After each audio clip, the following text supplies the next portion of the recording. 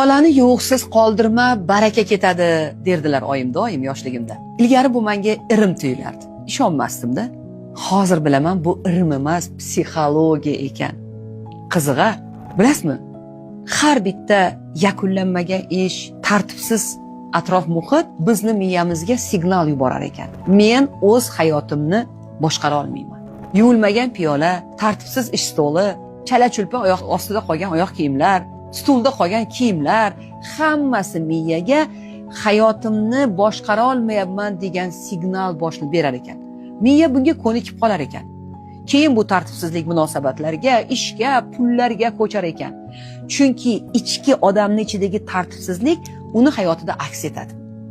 Shuning uchun bitta narsadan boshlashni tavsiya qilaman. Mayli katta qadamlar qo'ymang, kichkina qadamni qo'yib ko'ring, mo'jiza ko'rasiz. Bolani yo'qsiz qoldirma, baraka ketadi, derdilar oyim doim yoshligimda. Ilgari bu menga irim tuyulardi. Ishonmasdim-da.